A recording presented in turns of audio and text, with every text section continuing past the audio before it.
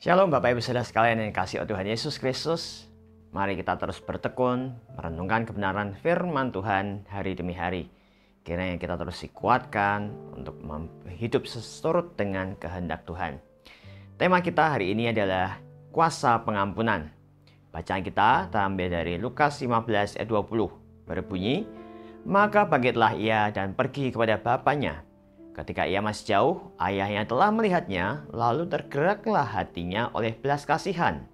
Ayahnya itu berlari mendapatkan dia, lalu merangkul dan mencium dia. Shannon Ettridge, seorang gadis muda berusia 16 tahun, pada suatu hari mengendarai mobil ke sekolahnya.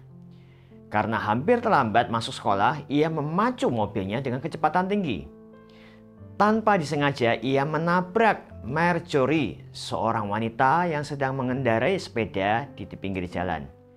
Marjorie pun tak sadarkan diri, dan orang-orang berkumpul menambah kegaduhan. Malangnya, Marjorie akhirnya meninggal dunia, dan Ettridge divonis bersalah oleh pengadilan. Perasaan bersalah melingkupi Ettridge.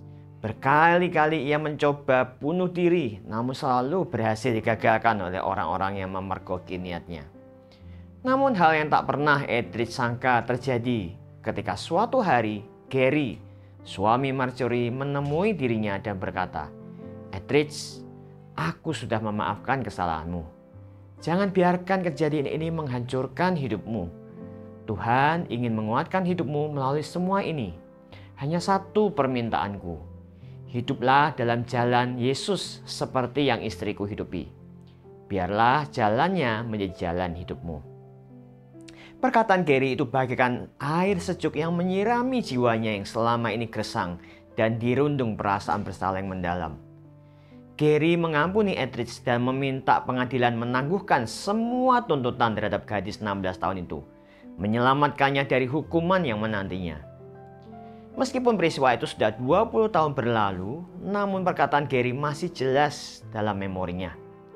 Kuasa pengampunan telah memerdekakan Ettridge, sehingga ia hari ini menjadi seorang wanita yang dipakai Tuhan menjadi berkat melalui tulisan dalam buku-bukunya untuk menolong orang-orang mengatasi hidup yang dirundung perasaan bersalah dan terluka. Pengampunan dari Gary menjadi perwujudan besarnya kasih Bapa. Allah Bapa mengampuni Anda dan saya, tak peduli seberapa besar dosa kita. Seperti seorang bapa di dalam Lukas 15 ini yang menantikan anaknya kembali. Ia rindu agar kita mengarahkan hati kita kepadanya, sehingga ia dapat berlari menemui kita dalam kehancuran dan kelemahan kita, serta menarik kita kembali ke dalam pelukan kasih-Nya. Kita tidak akan pernah terlalu kotor untuk dapat dipeluk dalam pelukan kasih Bapa. Kita tidak akan pernah terlalu hancur untuk dibalut dengan kebenaran dan kehormatannya. Anda tidak akan pernah melangkah keluar dari status sebagai anaknya yang sepenuhnya dikasihi dan diampuni. Sayangnya, terlalu sering kita menunda untuk mengarahkan hati kita kepada Bapa. Kita justru menanamkan dalam diri kita keyakinan bahwa Allah akan marah dan lambat mengampuni jika kita mengaku kesalahan kita kepadanya. 1 Yohanes 1 ayat 9 berkata, "Jika kita mengaku dosa kita, maka Ia adalah setia dan adil, sehingga Ia akan mengampuni segala dosa kita dan menyucikan kita dari segala kejahatan. Akuilah dosa kita dan kembalilah ke dalam kebebasan dan kebenaran sejati yang Ia berikan. Selalu ada sukacita, damai, tujuan dan harapan di balik pengakuan dosa kita.